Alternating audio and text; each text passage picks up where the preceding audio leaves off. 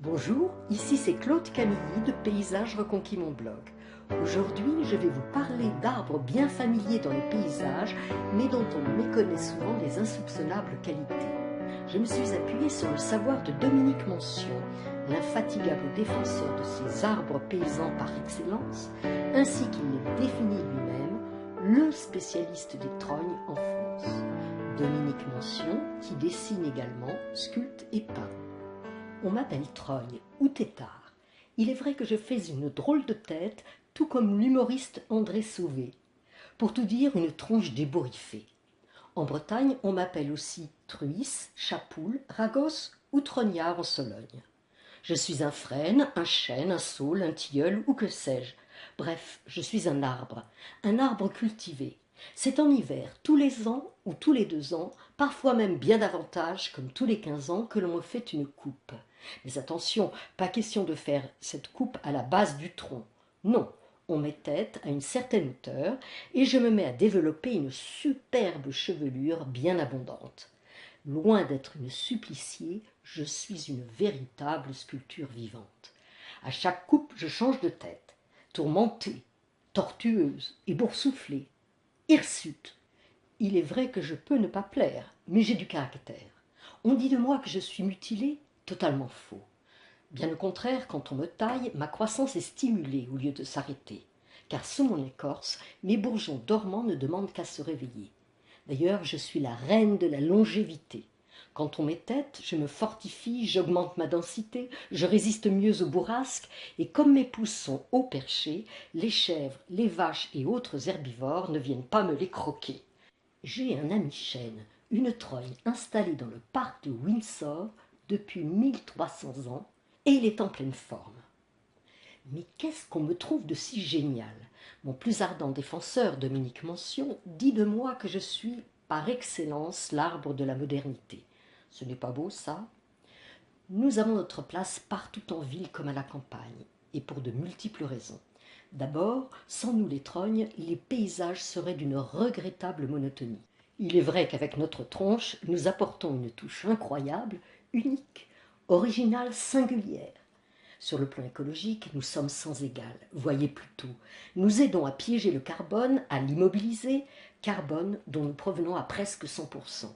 Nous aidons à réduire l'irrigation, à réduire dans les cultures proches les nitrates et les pesticides. Nous constituons une réserve de biodiversité exceptionnelle et à long terme. Au creux de nos troncs, les chauves-souris ou les piques brunes, ces insectes de plus en plus rares qui ressemblent à des scarabées, trouvent le gîte et le couvert avec le terreau que nous produisons par notre décomposition partielle. Car savez-vous qu'un arbre se développe à sa périphérie, que donc notre cœur est fait de bois mort, comme ceux des autres arbres, car la sève n'y circule plus. Comprenez-vous qu'avec les pluies, parce que nous avons été émondés, l'intérieur de notre tronc est davantage sujet à pourriture que celui des autres arbres, et que nous finissons par devenir plus ou moins creuses.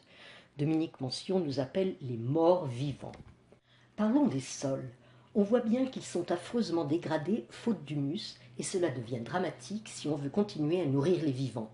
Eh bien, nous allons devenir de plus en plus indispensables, car oui, avec notre terreau, nous sommes capables de reconstituer les sols. Sur le plan économique, nous sommes d'une générosité sans limite. Car qui fournit le bois d'œuvre, le petit bois, les rameaux et les feuilles en quantité considérable, renouvelables et recyclables, sinon nous, les trognes? Qui fournit du bois raméal fragmenté, le fameux BRF qui se vante à prix d'or, enfin presque, avec le broyat de nos rameaux et de nos feuilles? Qui peut fournir une énergie pas chère? Qui mieux que nous peut alimenter les poêles avec nos branches déchiquetées? Et au lieu de saccager la planète en important du bois d'œuvre, pourquoi ne pas fabriquer des charpentes et des parquets avec les grosses branches de nos trognes de châtaigniers et de peupliers noirs? Dites-moi, les hommes pourraient bien penser à nous exploiter sur le bord des autoroutes, dans les villes et dans les champs, et créer une filière de la trogne digne de ce nom. D'ailleurs, soyons justes, ils commencent à y songer. Sur le plan social, nous sommes des animatrices nées. On vient nous élaguer par petits groupes, récolter nos fruits entre voisins, quand bien sûr on en produit. Les enfants grimpent jusqu'à nos ramifications et trouvent des caches fabuleuses dans nos recoins. Soyons fiers. Comme les autres arbres, nous contribuons à remédier aux conséquences du changement climatique car nous absorbons les gaz à effet de serre. Nous purifions l'air, nous l'avons dit, et avec nos racines, nous limitons l'érosion des sols et préservons la qualité des nappes phréatiques.